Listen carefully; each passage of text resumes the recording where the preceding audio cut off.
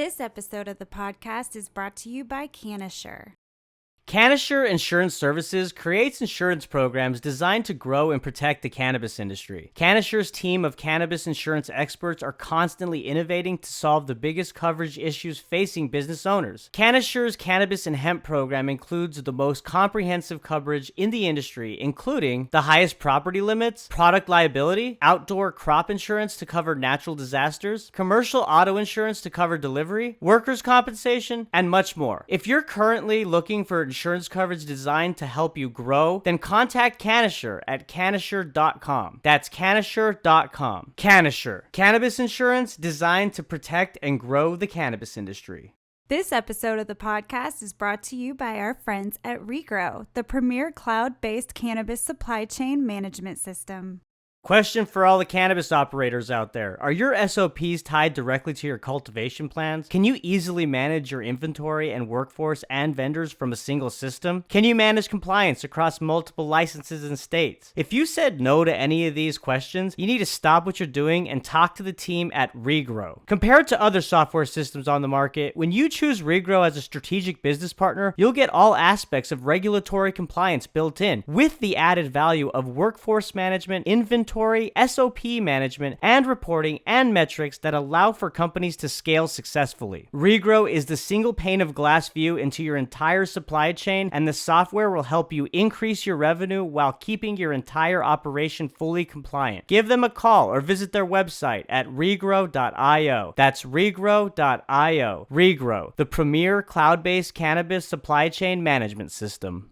Welcome back, my fellow people of the plant. In this episode of Cannabinoid Connect, I'm talking with Alan Brochstein. He's the founder of 420 Investor and New Cannabis Ventures. Alan started his career on Wall Street in 1986 and then shifted his focus on the publicly traded stocks in the cannabis industry in early 2013. Alan founded the online community 420 Investor, which is the first due diligence platform focused on the cannabis financial market. He is also the founder of New Cannabis Ventures, a news and information platform that highlights promising companies and influential investors in the cannabis industry. During our conversation, we talk about how the cannabis investing landscape has changed since 2013. We talk about legalization and to be careful what you wish for. We also discuss the importance of technical and fundamental aspects of different subsectors. Last, we talk about the various growth drivers for the American cannabis industry. So I hope you enjoy this episode with my guest, Alan Brochstein,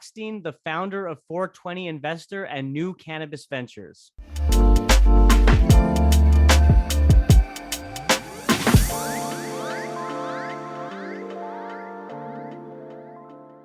Alan Brochstein, what's going on, man?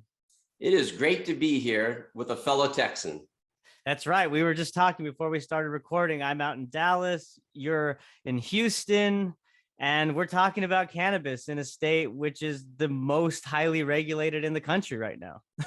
It'll probably be one of the last to legalize. I know people always ask me about that, and I'm sure we can talk about that later, but kind of sad. It's kind of sad. Yeah. I mean, you look at what happens at the Texas legislative session and some of the bills that were passed, and there's small wins, but compared to the grand scheme of things and what's going on throughout the country in states where it's adult use or where they're talking about it, or even the medical programs, we're still like light years behind. But it's the dark ages still. I mean, they make it sound like it's so much better, and it's horrible. The medical program. But. Right. We got a lot of work to do, but hey, we'll get there, right? Yeah. So we're talking today. It's Labor Day weekend, and first, Alan, I want to start with you were one of the first, if not the first, analyst to really come in and start looking at the cannabis industry from a financial and stock perspective, right? This was back in 2013. But prior to that, I know that you had extensive experience on Wall Street. So why don't you talk about your background, professional career, and kind of what led you and got you interested in focusing on cannabis back then? Yeah, sure. So I after college, I moved to New York City and started working in bonds when I was like 21. And I never really liked it that much. I didn't like the Wall Street dog eat dog kind of world, and never really felt like I was helping people at all. And I ended up migrating a little bit with difficulty towards stocks. And instead of working, for a Wall Street firm. I worked for ultimately for a firm in Houston that was managing about $500 million. And our client base was institutions and high net worth individuals. And so that was, I guess, at the end of 2006. I left that firm. The principal there had a stroke, and it was kind of sad. He came back. We were running the firm fine, but he wanted to really run the firm again, and he didn't have the mental capacity, unfortunately. And I left. As a CFA, I couldn't allow that, and so I just had to kind of quit on the spot. Excuse me. And one of the ideas I had, even when I was working there, I felt like we had excess research capacity. That's what I really like to do: research, stock research. And so I had pitched him prior on an idea of, as an additional business, providing our research to other institutions, because most of the money managers out there, they focus on big companies, not small companies. I've always been interested in small companies. So it was kind of natural when I left that firm to go into that line of business myself. So I was just very fortunate that in 2007, 2008, I was a free agent, and I guess it didn't feel so fortunate at the time, Kevin, but I started writing for Seeking Alpha, and I built up a very big following there. Seeking Alpha is a financial portal that allows people to share their ideas. It didn't pay anything back then. I've had Rena on quite a bit. She's awesome, who covers the Cannabis Investing podcast. Yep. Right. So anyway, so for the next few years, I was working with a handful of institutions, providing them independent research. And I had two other small, I mean, Seeking Alpha didn't pay, so that wasn't really a business, but it was the way I spent my time. And then I also started a model portfolio service, a business failure by far. I mean, I couldn't have fed a dog on what I was making from that, but both of these things, even though they weren't really commercially successful, really put me in the right place at the right time. In 2013, I was reading an article on Seeking Alpha, and it was about a terrible cannabis company. And kind of two things struck me. One, I missed that cannabis had been legalized at the state level in Colorado and Washington somehow in late in 2012. I just didn't know. And then second, that there was actually publicly traded cannabis companies, and it really piqued my curiosity to go back in time. I was very pro-cannabis in high school and never touched the stuff. In fact, really looked negatively at it, just say no, right? Mm-hmm. So, but I was a libertarian, and I mean, like a big L libertarian, worked for the party as a volunteer. And so I was pro-cannabis. It wasn't cannabis back then, it was just marijuana. But so it was something that was really of interest to me. Have you ever consumed? Oh, yeah. In college I had, but I'm just saying back in the day, I was pro cannabis before it was cannabis and before I had ever touched it. It's just, I feel very strongly about individual liberty. Sure. Yeah. And cannabis, I mean, reform and rights basically really falls under that libertarian umbrella among other, drugs and other issues, right? Where it just deals with the individual and the liberty of that individual having those rights. Like stay out of my business, right? but I was ignorant. I mean, I told the world I was pretty ignorant. And so this is early 2013. We're sitting there kind of in limbo because we don't know what the federal government's going to do. So for those next few months, I started to learn about medical cannabis and and I started to learn about social justice issues and really started to spend more and more of my time on this topic. And I pretty much devoted myself to it. And so in the summer, a couple of things happened. Number one, Sanjay Gupta did the weed documentary on CNN. And I thought that was a seminal moment for the whole cannabis industry, cannabis society, everything, the movement. The fact that CNN was putting cannabis positively on national television was a wake-up call. And that really prompted me to consider doing what a lot of people were asking me to do, which was I told you earlier, I had a model portfolio service. So they wanted me to create a service focusing solely on cannabis. And I was pretty much prepared to do that when we debuted. And then the next thing that happened was Eric Holder, I'm sorry, they did the Cole memo, and not Eric Holder, but the Cole memo, which allowed Washington, Colorado. So to me, it was go time. I started 420 Investor literally 8 years ago, almost today, the middle of September in 2013. And then I started New Cannabis Ventures two years later. So that was pretty much my background. I feel very fortunate to have found, I never felt like I was in the right job. I loved what I did, but when I worked for others, I didn't like it. When I was working for myself, I didn't make enough money. I liked it, but so anyway, it's worked out really well, Kevin. Yeah, it's one of those examples, like everything happens for a reason. At the time when you said you felt like you had to leave due to your boss's, mental capacity and condition and what was going on there, it seemed like a rough time, but then fast forward, everything worked out, right? Oh my God, I can still remember my wife when I told her what I was doing. She was like, I'm going to have to find a job, better job or something. She was working at the time. She was a teacher, and she was really nervous from a financial sense. And, the early days of 420 Industries, the very earliest days were rough, but I got lucky. When Colorado legalized, all of a sudden, I'm being interviewed by people all over the world. Cause like you said, I was one of the first people of my type of background, a financial background, to really be focused on the cannabis industry. And, I'm getting all these interviews. I think I maxed out at 2,000 subscribers in April of 2013. Now, we had monthly subscriptions then, and a lot of those people quit very quickly. And but that was like a heyday, a very quick, high payoff for me. But then we went in that downturn for several years, and it's different world now.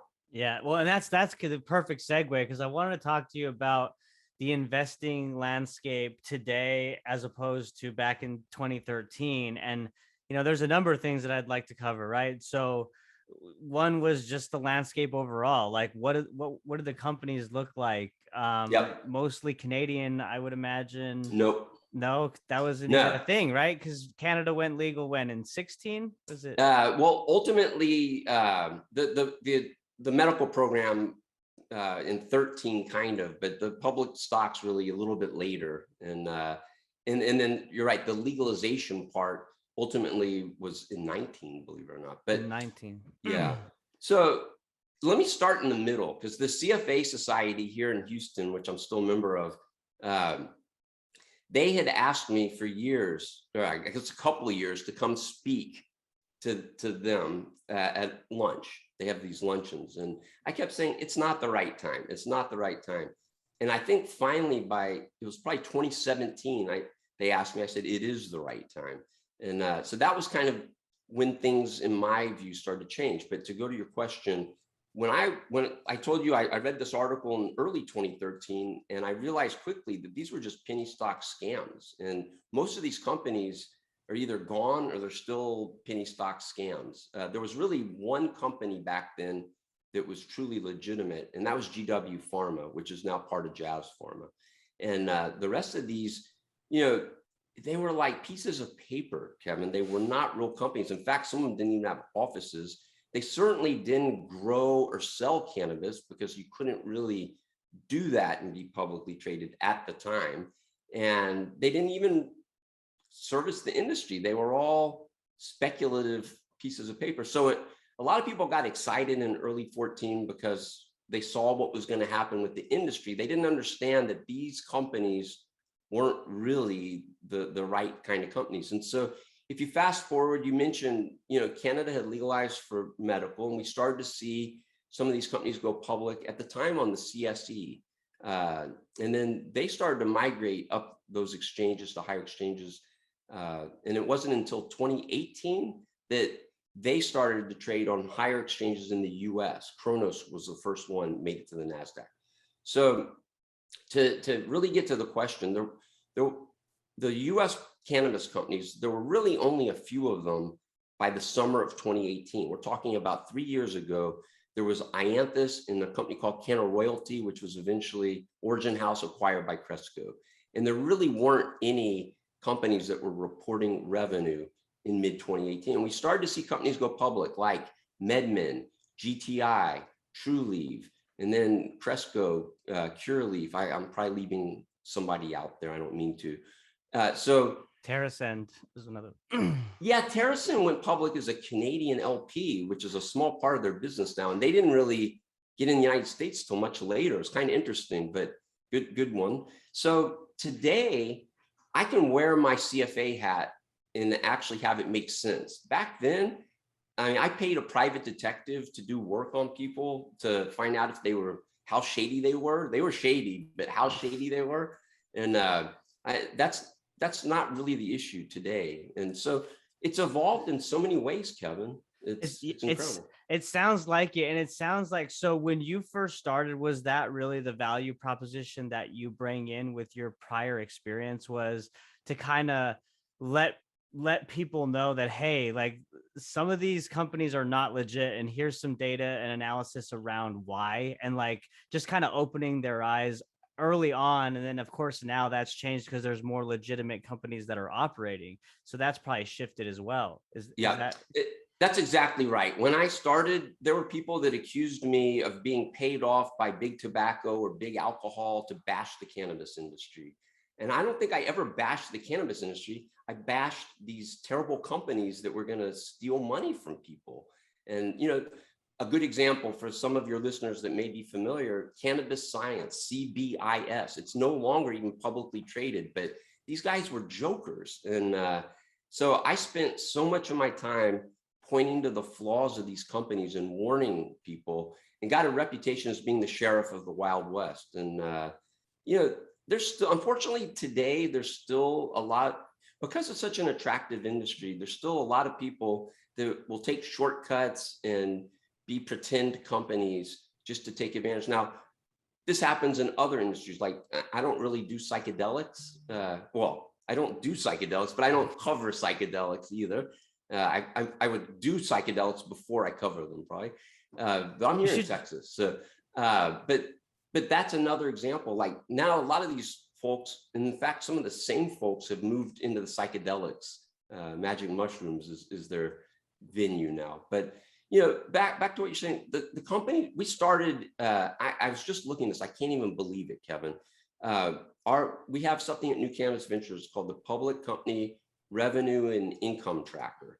And it's a resource that we update regularly that basically just ranks all the publicly traded companies by quarterly revenue and also shares their operating profit. And I was just reviewing this because we have a major change. I guess I can say it because I'm not sure when you're releasing this, but probably by the time you release it, our major change will be that the list has gotten so long that I can't take a screenshot of it anymore. And so 2 years ago, it was 2.5 million a quarter or 10 million a year to get onto the list. And there's plenty of room on my page.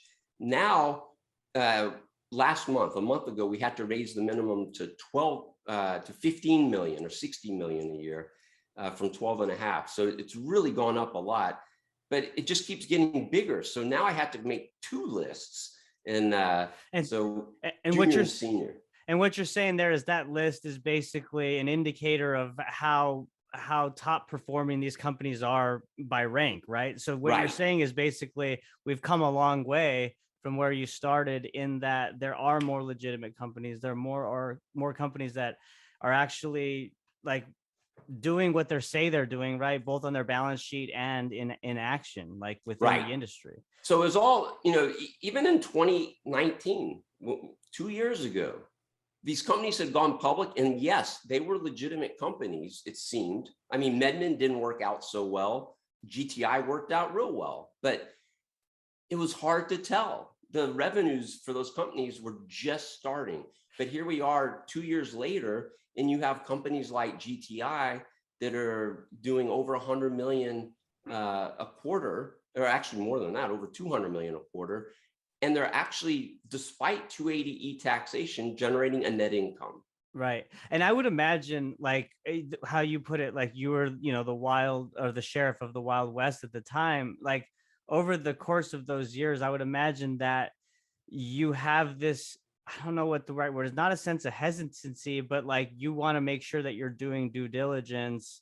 And that may rub people the wrong way, right? Because it's kind of a new, it's different than 2013. So is that kind of the response you got, or?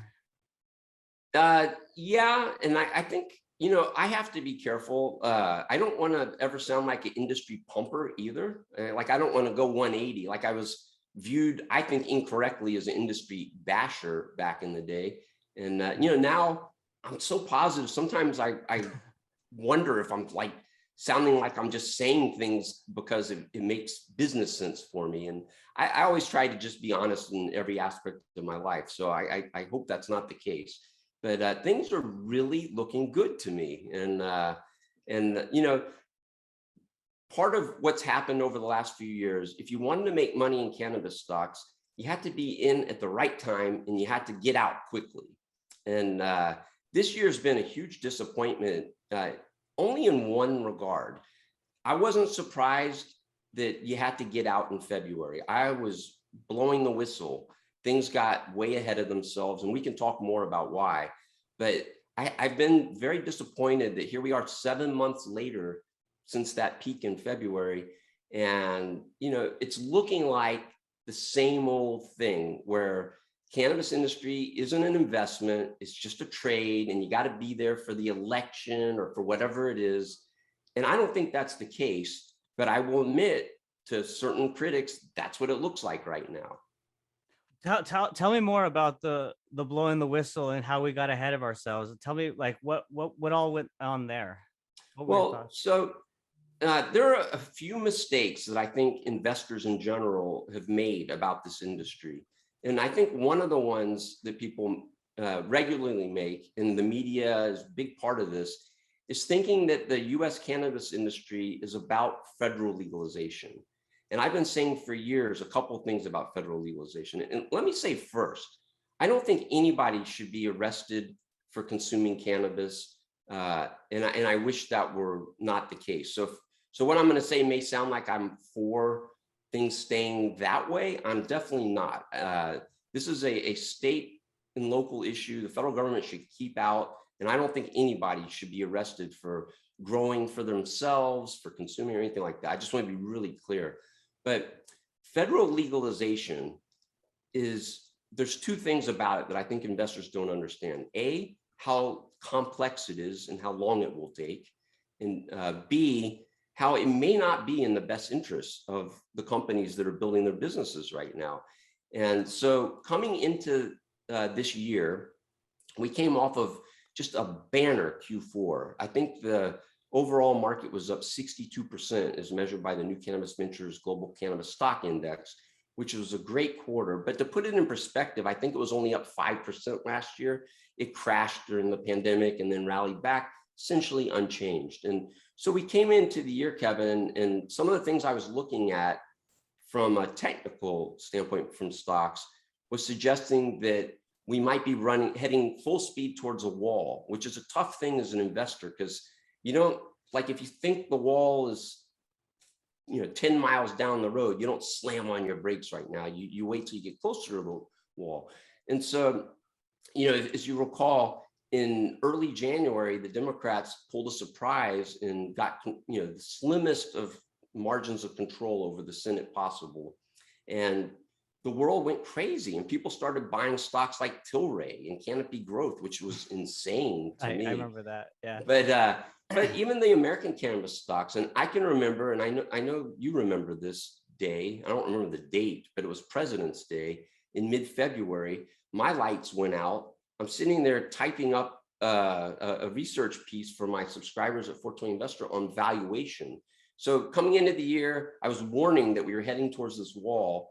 And I blew the whistle as loud as I could right at the top, maybe a little bit before, but got even louder. Stocks started to crash. And I said in this research piece, these valuations for the American cannabis companies are too high still. And I went through and did my analysis in the dark, in the cold, and somehow on my battery got this thing published. I don't know. Did you lose your electricity then too? That was during the winter storm you're talking about. Yeah. Yeah. Luckily we did not. I don't Uh, know how that happened, but yeah, we it had was a rough friends. week. It was, I heard, yeah, for sure. So, so that was what I was talking about. So things got ahead of themselves. The stocks did get too expensive, and people were buying these stocks because they thought that things were going to be legal immediately. So let me back up. Canada, they had a medical program that was ramping up nicely. Justin Trudeau was elected in, I want to say 2017, 2016, the end of 2016 on I think that was one of 3 platforms, cannabis legalization. It's like very important to him and the Liberal Party. And they won, and it still took 3 years until the first gram of cannabis was sold legally in Canada. So that's coming from a federally legal medical program. And Canada's a little conservative, I'll admit that, but still pretty easy to go from federal medical to federal adult use. Yeah, there's some issues, but that's pretty easy. Here in the United States, we have states that don't allow medical. We have states that allow medical. We have states that allow adult use. All these states have different programs. And so I've been warning people for a long time. It's much more complex. You have social justice issues. You have taxation issues, interstate commerce issues, all these things. They're going to make that a long process. You know, people asked me in 2013, when will we legalize? I said, I don't know, 5 years. So then they asked me, and then 2 years later, I said, I don't know, 5 years. Ask me, Kevin. Well, you know, what I think is interesting about what you're saying is, so I agree. Like, I don't know necessarily how close you are to the analysis and the fundamentals of how you were saying they were valued higher than what they should have been at that time. But what confuses me is we saw the uptick with the sweeping of the Senate, as you mentioned, right?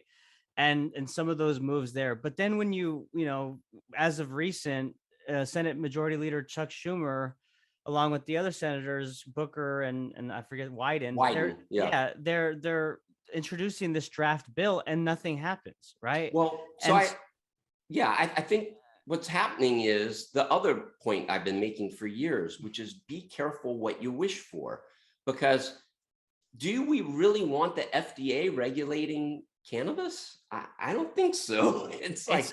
It's a double-edged sword. So I get what your point about, like, legalization will basically, once that happens, of course it takes time first and foremost. So no one can predict, right? It could be 5 years, 10 years, and all the complexity that goes into it. It's insane.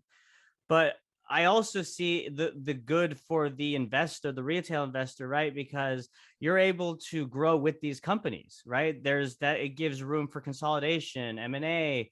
On the other hand, though, when you talk about the FDA regulating, I mean, I think that a lot of operators would say yes. I would love that, because of how you talked about the Wild West, how messy it is, especially within, like, not just cannabis, but the CBD, the hemp market, right? Like, good luck trying to get your product if you're just starting, or if you're a mid-sized company, any type of brand recognition or differentiation, because the waters are so muddy right now, right? There's so many bad actors and so low quality product where, you know, you're being undercut in pricing. So I think a lot of that FDA regulation is wanted, maybe more so on the hemp side, but on the hemp side, indeed. Yeah. Yeah. I think it's a little different, honestly. I think, but I think that there was a realization that legalization's complex and not happening quick, and introduces some risks. And one of those risks is interstate commerce. And there's been a lot of talk this year, and there never was until after January 4th or whatever it was, about, you know, I'll give you an example. All these companies have built cultivation in every single state, but these could be stranded assets that they may not be needed. I mean, if, you know, there's some people that say all the cannabis will come out of California. That's not true, but there are people that say that, and or it could all come out of Colombia for all we know. I don't think that's true either. But as a matter of fact, none of it right now can really come from Colombia. But there, investors don't like uncertainty. And I think there was a lot of uncertainty. People realized what I was saying, that was a dead on arrival. This, as presented, this legislation is dead on arrival. It will not pass. And the Democrats are running out of time. And I got to tell you, as much as I'd like to see certain parts of this pass, and obviously I don't think people should be going to jail for this. I think that the Democrats did a disservice to the movement. They really did, unfortunately, by going big when they, unlike Justin Trudeau, who the Liberals had a majority. The Democrats don't really have a majority, and not all Democrats support this. Some Republicans do, but unfortunately, they need 60 senators to pass, and it's not happening, and they're running out of time. It would have been smarter, in my view, to have been more incremental. I think you need to, first of all, the great thing about this is people are talking now. The Senate was handcuffed. Unfortunately, the Republican leadership would not let them have committee discussions about cannabis. That will change. The House has been much more progressive, not surprisingly. And I've watched, I think, literally every House subcommittee talk about banking issues and things like that. And it's so refreshing because you realize it's not really a partisan issue for the most part. The really only partisan issue is just how far and fast we can move towards change. A lot of the most Republicans are for medical cannabis. Most Republicans support state rights. And so it's really, there's some small differences in the House meetings that I've listened to, but they seem to agree on things like safe banking. Like, who wouldn't agree on safe banking? And so I think they should have been a little bit more incremental. And yes, it's great to have this vision that they have and to address all these issues, but to try to do it in a few months, it's not happening. It's not realistic. No. Right. And that's been echoed on the podcast before. It's like the incremental approach, right? And safe banking is low-hanging fruit. I mean, you want to talk with research. Right. And then you want to talk about, like, one way to kind of stop crime and violence within this space, safe banking, right? Because right now everybody's operating in cash. And I know that I've said this before, that at the local municipality level, that town that I grew up in, they just had a conversation at their city council meeting about cannabis ordinance. And, while everybody had an opinion, the citizens, right, it didn't matter because it's law. But the one, focus that the police chief had was keeping these business owners safe and these establishments, like, guarded and protected because of the nature of it being cash and of course what we're dealing with. Well, and I'm sure people have mentioned this on your show before, but for people like Cory Booker to say, I will not vote, I think he backed off, but he initially said, no, we're not doing just safe banking.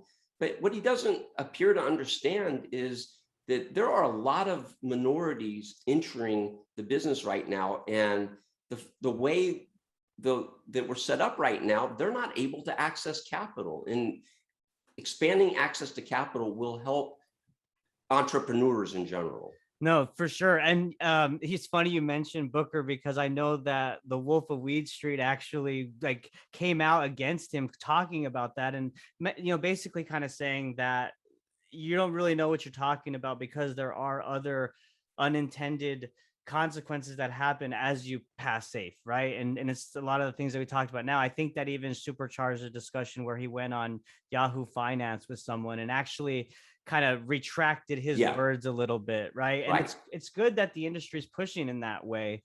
And one last thing I want to ask you in regards to kind of what we're seeing in the markets, and then we'll shift over to another topic, is I had Brady Cobb on recently, and he made the interesting point, and I want to get your thoughts on this. Is he said that there could be this coordinated effort amongst the large institutions to choke off supply so that they can enter at a good price, when that happens. What do you think about that theory? So look, I understand that people that consume cannabis can sometimes suffer from paranoia. And I see that. I don't want to pick on Brady Cobb, but I see a lot of this type of paranoia discussion that I don't agree with it. People in the cannabis space think the world revolves around cannabis, and it doesn't. Cannabis is very important to many of us, but to the world in general, it's not that important. And I think, this is one of the problems that we face. So I don't think that statement is accurate. It's a conspiracy theory, and maybe it's true, but I want to see evidence, Kevin. I mean, I'm new to the investing space, right? In the financial space. So when I hear things like that, I immediately think corruption, right? Is kind of but then you see things play out like GameStop and AMC and how you're talking about naked shorts and all. I mean, so it's like, who knows what to believe at this point, right? Well, there's a lot of fuckery going on, I think, is what's going on. The bigger issue is, and your audience needs to understand this, it's very difficult for institutions to invest in American cannabis companies right now. And this is why we get this idiocy of, and for retail investors too. I mean, I can walk you through both of these, but because the New York Stock Exchange and the NASDAQ don't allow American cannabis companies that touch the plant to actually list, the choices that people have are limited to ancillary and foreign companies. And so I think when it comes to institutions, for many years, like I told you, I waited till 2017 to tell, this was 2017, to tell the CFA Society to start paying attention to the cannabis industry. And I think that those people, the people that manage other people's money, their hands were tied. They had compliance issues and fiduciary issues because, if you're investing somebody's money in something federally illegal and something goes wrong, you may get sued. And so it's part of both the same thing, compliance and fiduciary responsibility. And, but at the same time, there was all these anecdotes, and there's plenty of people that are public about it, that they were investing their own money. They couldn't invest their client money, but they were investing their own money back in 2018, 2019, and to this day. And one of the big positives of 2021, we saw a lot of equity issuance right after that Georgia election, and all the headlines and bodies were very similar. They said it went to institutional investors. So there has been a sea change, but it's just starting as far as institutions being able to actually invest in these companies, despite the fact that they're federally illegal, despite the fact they don't trade on the New York Stock Exchange or the NASDAQ. But it's been slow, and it's been like, 10 steps forward, one back. There was a company, Wasatch, that was very active, and they ended up at the end of March selling all their cannabis holdings for US companies. And it was either their compliance department changed their mind, or there was another issue I heard. I'm not sure what it was. They never said why, but they did. And that hurt a lot of the stocks at the end of March. Mm-hmm. So do you think that it really is going to take federal legalization for these large institutions to eventually be able to play in the sandbox? No, I think they're making progress now. It's slow. We've definitely seen more and more institutions. Right now, they seem to be more willing to put in debt capital. We're seeing an increasing number of large debt deals on better terms. Those better terms are lower interest rates and longer maturities. And, one of the things I criticized the Canadian LPs for back in the day was that they took on debt, too much debt. And how did I know it was too much debt? Because they had minimal revenue, massive losses, and it was very, put them in a precarious situation. And believe me, we've seen these unwinds of these debt destroy certain companies. Supreme, which was acquired by Canopy, now Aurora, Tilray, and Afria, which was acquired, they merged. But the debt came back to bite these companies in the butt. Now, it's different in the United States because these companies actually have positive operating cash flow, and in some cases, positive free cash flow. So the debt is being used not to pay the light bills from yesterday, but to invest into New York production or New Jersey production or Virginia production, whatever the case. So, I, as an analyst, I have to look at these debt levels and determine, is this good or bad that these companies are adding a little bit more debt right now? And I come down on the good side, Kevin. Mm-hmm. No, that's good. And, that's actually another good segue. And talking about MSOs, what are your thoughts as an analyst on the limited license markets? Yeah.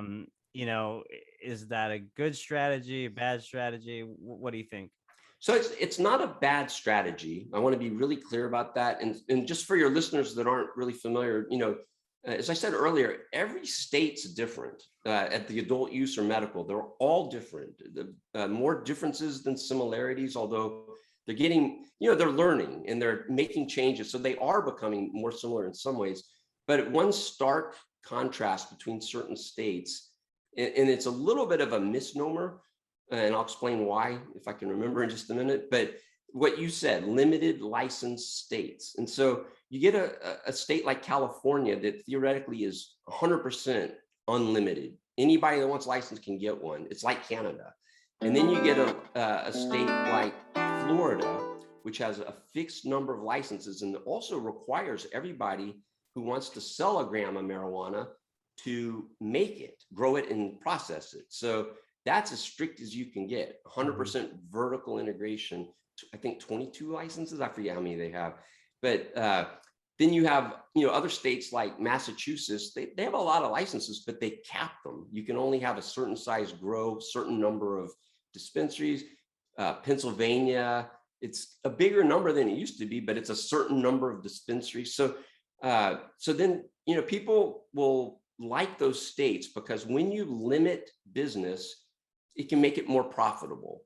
And so that's why federal legalization could really wipe that strategy out, possibly, if you had interstate commerce and things like that. In California, they have unlimited licensing at the state level, is true. But you have a lot of regulation at the local level. So it's not really unlimited licensing. It can be hard to get or impossible to get a dispensary, for example. So, but I think the bigger point, I think investors make a huge mistake. They look at companies, and I don't want to pick on Trulieve. I actually like Trulieve, but going into the year, I was a little bit negative on it because I kind of smelled a change ahead, two changes. One that I missed on last year, I think because of the pandemic, and that was that there'd be more competition.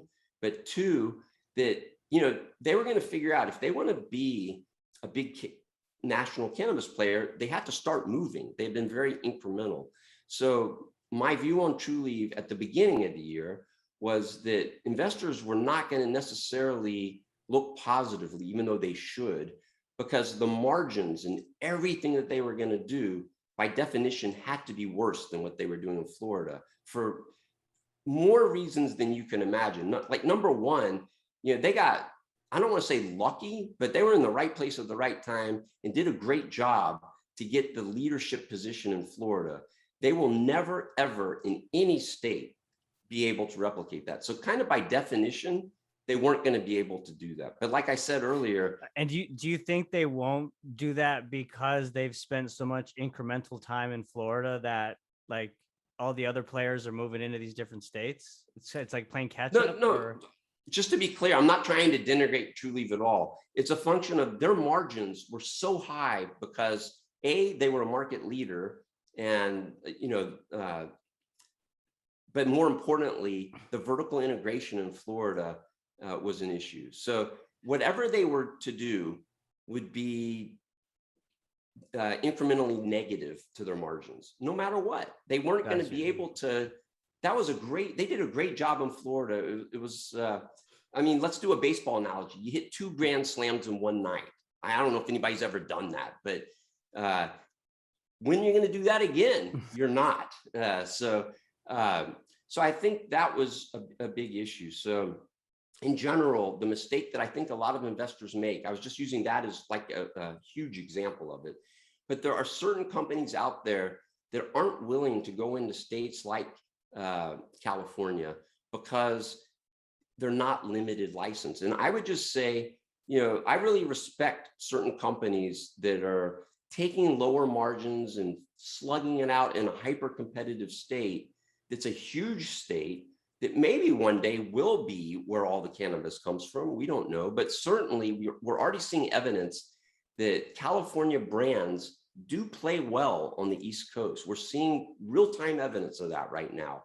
And so I think that the mistake investors can make is just looking, preferring companies that only operate in limited license states because they have such high margins. And they don't realize that even if there's no federal change, a competition will eventually emerge. I mean, look what's happened in Pennsylvania, and it hasn't gotten bad, but we've seen a lot of competition. A couple of years ago, there were 3 players, and now there's like 6 big players. And Terracin, GTI, and Cresco were the 3 big players. This year, you've seen Air, Verano, and Trulieve going big time. I'm probably leaving out Curaleaf with their acquisition. So maybe 7 big players. I'm not sure. And by the way, I regularly criticize the industry still to this day. And this is a good time to say, I can't stand the disclosure levels of these companies. I think they should be telling us how much of their revenue comes from each state. And it would be nice if they told us how much of their profits came from each state so that we could really see what's going on. And, I listen to all these calls, and the analysts, they poke around it, but they know the companies will not tell us what I think, because these cannabis companies are not like traditional CPG companies. A traditional CPG company, it doesn't matter. Their product is going to sell for the same price in Portland, Maine, and Portland, Oregon. It's the same, and it's shipped. There's no price differential really. The profit for a sale of Coca-Cola, a can of Coca-Cola in Portland, Maine, is pretty similar to Portland, Oregon. For cannabis, it's very different, and so I think investors.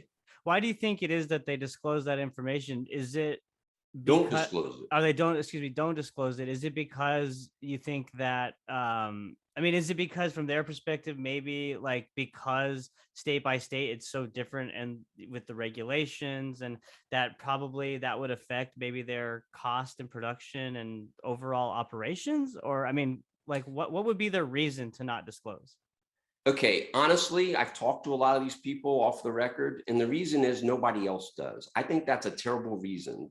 This is the response I'll get. Alan, you raise a great point, and we will do that when others start to do it. Nobody takes leadership on this at all. I'm going to give a shout out to Goodness Growth. They list every dollar of revenue by state. They don't give the profits. No, they don't give the profits, but they're like one of the very few companies that will tell you what they're doing in each of the states they operate in. But they're a very small company. The big companies, I think it's just they don't want to unless they have to. But they're operating as, cannabis is not ubiquitous. It's a holding company. The New York business is different than across the river in New Jersey. It's just different. And so I wish they would do this. I've been publicly pleading for it, privately pleading for it for a while. But look, the takeaway shouldn't be these are bad companies or anything. The takeaway should be, if you're an investor, you need to understand. Well, I think Trulieve is a great company. I want to be really clear, but you need to understand that what made them great in Florida doesn't make them great in California, where they have one store that's a research project. It doesn't translate necessarily. And so if a company, you know where they operate, you just don't know how much of their revenue is coming from Illinois and Pennsylvania versus Florida. You can back into it a little bit because some states give data, but most states don't give data, by company level. Mm-hmm. Florida does a really good job. Unfortunately, it's just units, not dollars, but they give the best data by company that I'm aware of. But excuse me, but if you're an investor, you need to be careful. You don't want to buy a company and think that they're like, look at their margins. This is the best company. It may be that their margins are high just because of where they are, Kevin. That's the point. Right. And well, I mean, you threw off a few names, a few MSO names. Is there any like in particular that you really like different companies that you're like super following and in tune with? Yeah, I told you earlier, you can ask anything and I will politely defer if I can't answer. So look, I run a subscription service for 800 people that are paying me for that. And so yes, the answer is yes, there are particular ones I like. But for the purposes of this, I will speak, rather than mention names, I do divide the MSOs into categories. And so I'm using 4 tiers right now. And I know you interviewed Gage. So there is a single state operator. Mm-hmm. I might have moved them up because of the revenue, but I basically do it by revenue. And so the big 5 are alphabetically Cresco, Cureleaf, GTI, Trulieve, and Verano. And honestly, I think if I were an investor, I would not own only those companies. And the reason for that is the way things work right now. It is not a winner take all industry. And it could become one if federal legalization happens faster than I think. But you can't expand as rapidly when you're big because of these limits in certain states. Once you're at 18 dispensaries in Pennsylvania, unless they change the law, you're not going to 19, period. And in Massachusetts, there's a cap on canopy, for example. So it's really hard when you're a big company. Now, the good news is I think they can enter more states. There's still some consolidation they can do, not necessarily in the states I just mentioned. But of those 5 companies, there are definitely some I like better than others. But I actually think all those companies look good right now, all of them. And there's one in there that there's some things that bother me about the company, but I like their stock right now. And then you get into that second tier, and those companies would include like Air Wellness and I'm trying to remember off the top of my head who's in the second tier, Harvest. Rather than go through every name, but the second tier, I can't remember where TerraSyn is in that, but good example. TerraSyn just did some M&A. When you're acquired Gage, right? Yeah. When you're a smaller player, like tier 2 might maybe too big, but when you get into those smaller tiers, you can be an acquisition candidate perhaps, or you can do more meaningful consolidation. You can go into Massachusetts and buy somebody and have it make a big difference because you a smaller market cap. So I actually think there's opportunities across the whole range in the MSO space. And I have names that I like across all of them, single state operators, all the way up to the largest of the MSOs by market cap or revenue. I like that approach. It makes a lot of sense, especially when you talk about the smaller entities and how they could be acquired, right? Like another example is Harvest Health and Trulieve, right? Mm-hmm. That recently went down also. So it's a huge opportunity for the retail investor right now, that's for sure. And Alan, I really appreciate you coming on and providing your insights. Is there anything that you want to leave the audience with before we wrap up? Yes. So look, we're 7 months into this consolidation. I said earlier that, if you look at history, you would assume that the cannabis industry is not a real industry and that it's just for speculative stock trading. And I said a few years ago, this time is different. And those are dangerous words sometimes. I said it very, with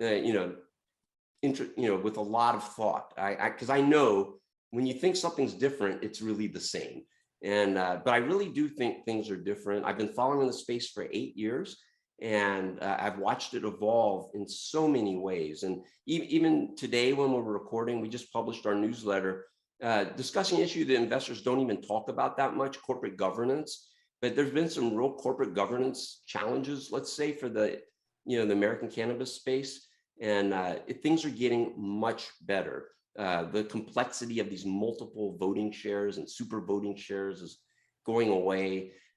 So the big takeaway is, a lot of the listeners here may be traders. And look, I can't guarantee you what the stock's going to do next hour, next day, next week, even next month or quarter.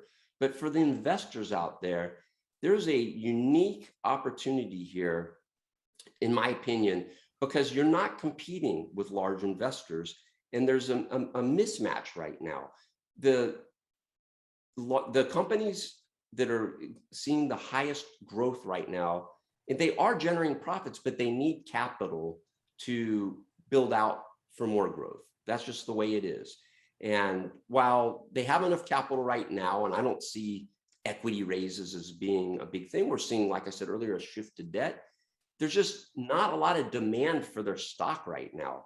And so I know it can be challenging to sit in a stock that, seems to go nowhere or maybe just down all the time. But from my perspective, and I say this to my subscribers, I've never been more excited about this industry. I've gone from worrying about the federal government and Jeff Sessions shutting everything down to worried about the federal government legalizing tomorrow, which I think could be chaotic. So I don't think either of those is going to happen, by the way. That the status quo is great. I always tell my subscribers, don't put all your money in the sector. Don't pick your favorite name and put all your money. But the last piece I would say is, I just told you why I like on the MSOs. I would not do just the largest, although they look very attractive right now. The same goes, the cannabis space is very complex, Kevin. We have ancillary companies, we have international companies, especially in Canada. There's a lot of different types of companies. And the final thing I would say is, if you're an investor, learn to focus on more than just the MSOs. We have people that think that that's the only thing out there. It's not. The ancillary companies, they don't pay 280E. They can scale. They trade on higher exchanges. So they're going to have appeal to more investors, and maybe they're better investments. They may be. Sometimes they are, sometimes they're not. So when I build my model portfolios for my subscribers, I even have some Canadian LPs in there, not the biggest ones for the most part, because they're tough. They need things to happen in the United States that I don't think are going to happen. But in Canada, it's a great market. Canada's pretty much the size of California, and there's no winner take all there either, the way it works out. And so you can find small Canadian LPs. They're getting bought out left and right now. You can find ancillary companies that are operating. There's even global companies that are operating in places like Israel and Germany that are, you can finally talk about them as an investor. They have revenue and prospects. So that'd be my takeaway. Don't get hung up on just a certain few names in the space. You heard it from Alan Brochstein first. Don't put your eggs in one basket, people. There's a lot of opportunity right now in the cannabis industry. And it sounds very encouraging, Alan. Really appreciate, again, your insights, your time. Alan Brochstein, the founder of 420 Investor and New Cannabis Ventures. Sir, we'll have to have you on again real soon. It was great. Thank you. Yes. And thank you all for listening. Bye.